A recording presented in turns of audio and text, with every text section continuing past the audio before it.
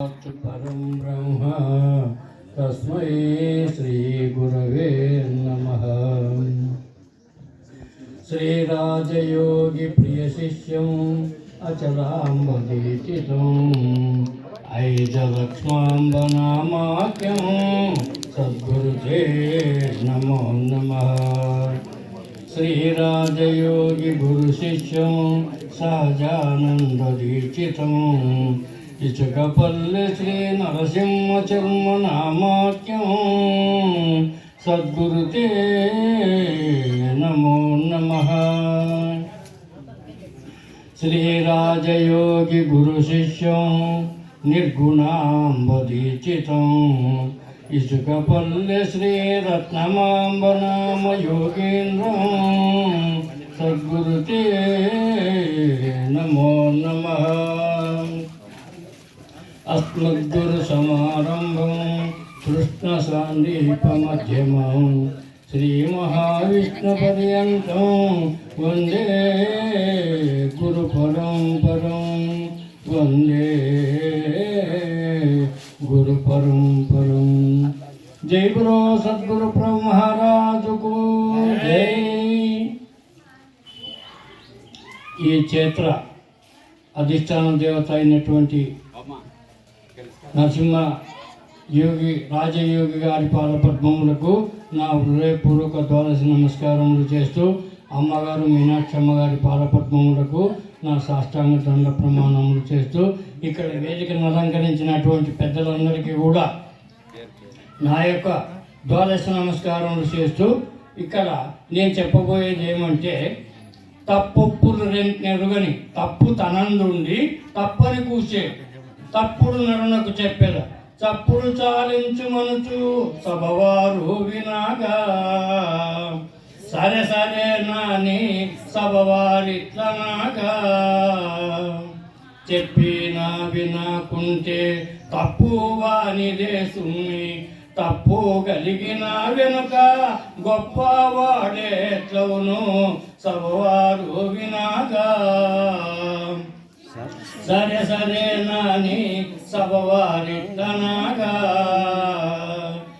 ఈ కందార్థానికి మరి పాఠాంతరమైన కందార్థం ఏదంటే, మానవుడు చేయబూనిన దానిని లోతెరిగి చేయదగునని మదిలో నేనెరిగి నీకు చెప్పితే పూనము రుచి పుట్టితే రుచి పుట్టకుంటే మాను నేనేమనబోతే నీకేం దోచును లేని నిష్ఠూరము లేక నేనేస్తా అంటారు.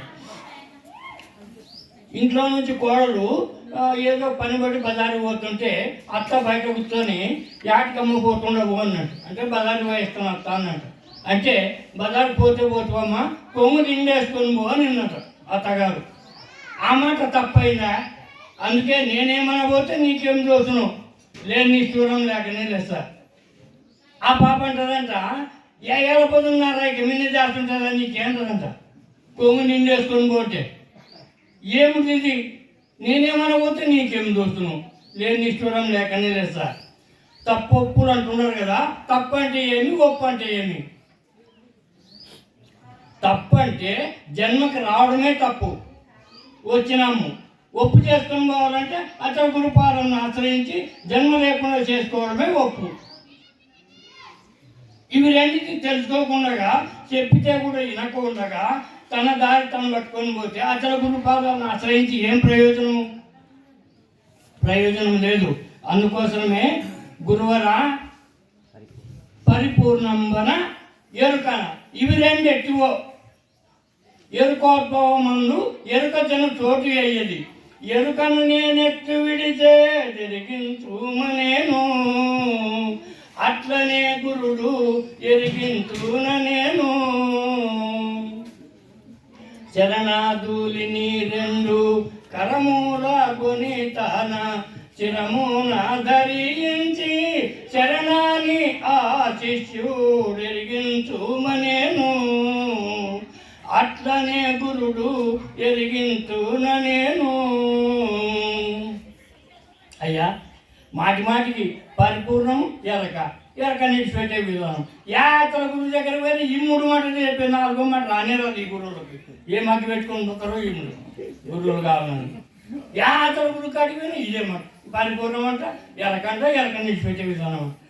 ఇంకా నాలుగో మాట లేనే లేదు, ఎతికి దగ్గర లేదు. ఏమట్లా మలయాత్రి చెంత చెంచుల కిలచందన భూరుహములు ఇందనమట మిక్కిలి కలగబట్టి అట్లనే చులకన సుమింత గలుగు సూరి భూషణుడు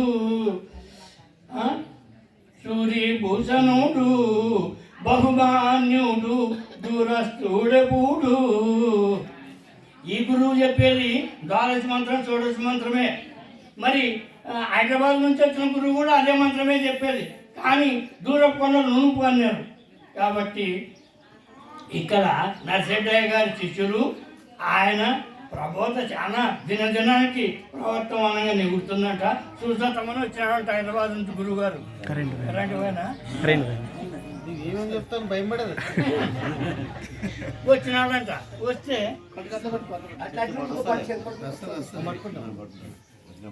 వస్తే అయ్యగారు అప్పుడప్పుడు చూసినాడు కదా నరసింహయ్య గారు. ఒరే గురువు వచ్చినాడు హైదరాబాద్ నుంచి, ఆయనకి పరిచర్యలు చేయండి అని శిష్యులు చెప్పినాడు.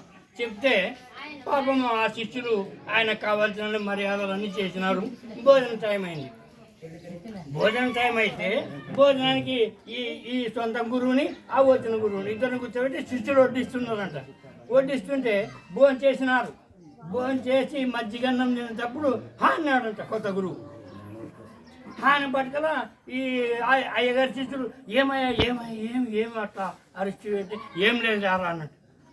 ఏం లేదు ఏదో ఉంది, లేకపోతే ఆ మధ్యగానే తినమని హాని ఎట్లాంటివి ఏమో ఉంది చెప్పయ్యా. ఏం లేదురా, మక్క మసీదులో కుక్క పోతుంటే అరిస్తుంది ఏంటంట. గురువు అంటే ఇట్లా ఉండదు మా గురువు పరిపూర్ణం అంటే ఎర్రగంట నిడిచిపెట్టి వెళ్ళాను. నాలుగో మాట చెప్పేది చూడ మహానుభావుడు. మక్క మసీదులో పోయే కుక్కని ఈడ కొత్తపాలెంలోని ఆశ్రమంలో పెరుగు వదినుకుంటే కుక్క నలిచినాడు. ఎంత గొప్ప ఊడు ఉండడు. ఈ గురువు వద్దబ్బా మనకి నా చెడ్డయ్య వద్దు. ఈ మూడు మాటలే చెప్పేది.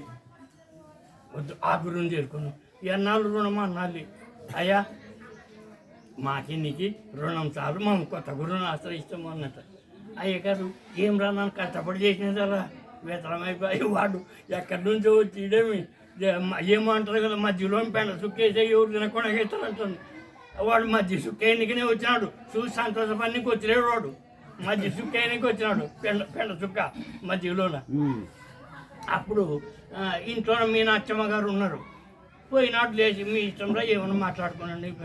అమ్మగారు ముఖం కలిసి చూస్తే అయ్యగారి ముఖంలోన ముఖ కవలికలు తగ్గిపోయినాయి.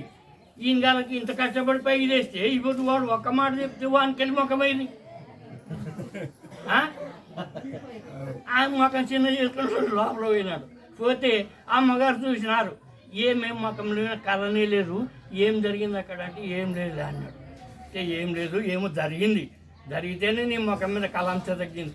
ఏం చెప్పుకుంటే ఏం లేదు, మనం ఇంతవరకు కొత్తపాలెం పిల్లల్ని మొద్దులాంటి వాళ్ళని ఒక రూపంగా చేసి దిద్ది పెడుతుంది కదా. ఈ పొద్దు వాడు కొత్త ఓడు వస్తే వాడు అన్నాడు మధ్య వదిలినుకుంటా ఏమని మన పిల్లలని. ఏం లేదు, మా మసీదులో కుక్కపోతుంటే వాళ్ళు ఇచ్చింది అన్నాడు. దాన్ని నమ్ముకున్నది రతిక నా కొడుకులు అన్నారు. కాబట్టి మనకి వాళ్ళకు రుణం తీరిందట, వాళ్ళు మన దగ్గర ఉండరంట.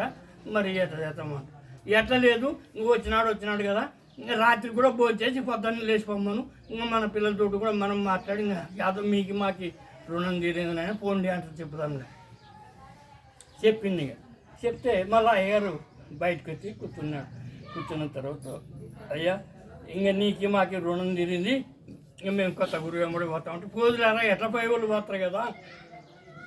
రాత్రి అమ్మగారు వంట సొంతం చేస్తుందంట.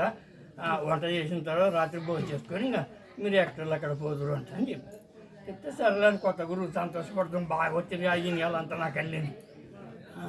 రాత్రి భోజనానికి కూర్చున్నారు. భోజనానికి కూర్చుంటే ఆ పిల్లలకే చెప్పింది, ఎవరికి వాళ్ళకి భోజనగా చెప్పింది. కూడా నేను వంట చేసినాను, తీసిపోయి మీ ఇద్దరికి పాత గురికి కొత్త గురుకు పెడుతుండ్రా అంటే చెప్పినారు.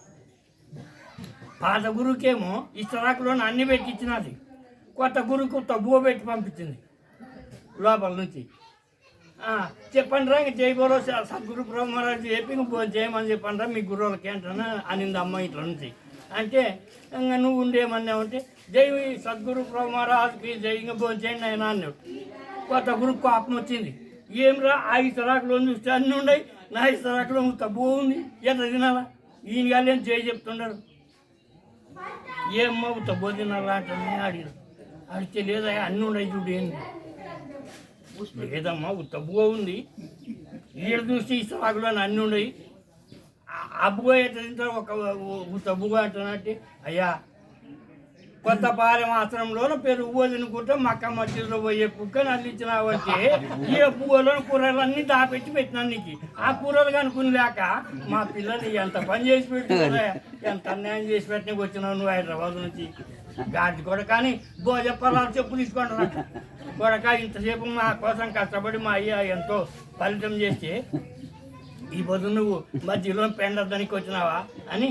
అప్పుడు మొద్దులనైన దొరుతుడు బద్దుల బద్ధత్వం అడవి పాలు చేతుడు మీ వద్దకి వచ్చిన గని పరిశుద్ధపు బోధోక్తమైన సూక్తులు గూపి అందుకు తగిన యుక్తులు చెప్పి పెద్దాల చేమి ప్రాసిద్ధి విని వచ్చి దిద్దుడినే వట్టి బుద్ధిహీనుడా నన్ను సూక్తులు గూపి అందుకు తగిన యుక్తులు చెప్పి. ఇంత కష్టపడి మా అయ్య మొద్దు లాంటి వాళ్ళని ఒక రూపురేఖలు చేసి పెడితే నువ్వు ఈ పొద్దు మమ్మల్ని చూసి సంతోషపడి తీసిపెట్టి మా యొక్క గురువుకి శిష్యుల కెరవ బాబునికి వచ్చిన కొడకాటని చెప్పి తిట్టి పంపించారంట. అట్లా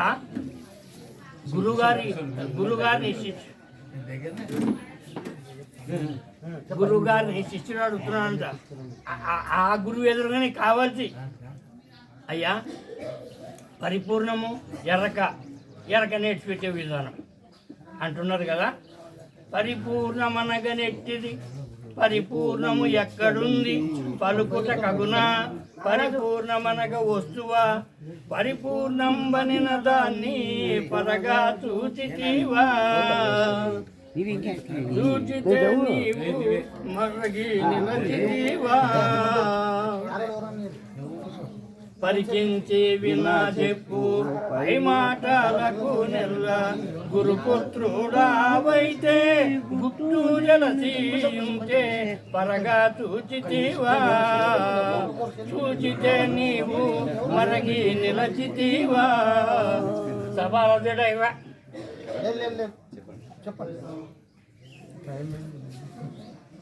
ఏమైందా నైట్ లేదు. శిష్యుడు గురువుగారిని అడుగుతున్నాడు. అయ్యా పరిపూర్ణం అంటే ఎట్లాంటిది,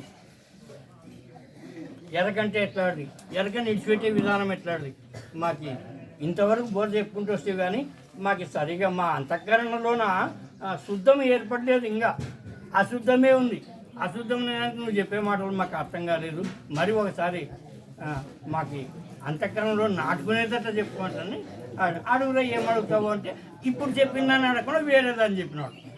ఎవరు శిష్యుడు ఏమని చెప్పినాడు అంటే గురువరా పరిపూర్ణంబన ఎరుకన ఇవి రెండెట్టివో ఎరుకోద్భవమందు ఎరుక జన చోటు అయ్యది ఎరుకను నేనెట్లు విడిచే జరిగించుమనేను అట్లనే గురుడు ఎరిగింతున నేను.